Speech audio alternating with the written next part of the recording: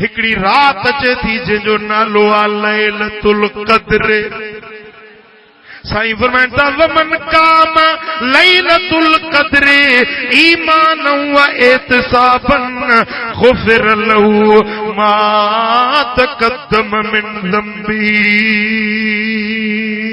जेको लैलतुल क़द्र जी रात ईमान सां सवाब जी नियत सां जेको लैलतुल क़द्र जी हिकड़ी रात उनजी सारी जिंदगी जे गुनाहन के मेटे धोई पोई साफ करे छॾे। हिकड़ी रात जो जागणो ई सॼी रात सॼी जिंदगी जा गुनाह धोपण। सौदो सस्तो आ या महांगो आ? जवाब ॾियो। सौदो सस्तो आ या महांगो आ? सुभान अल्लाह।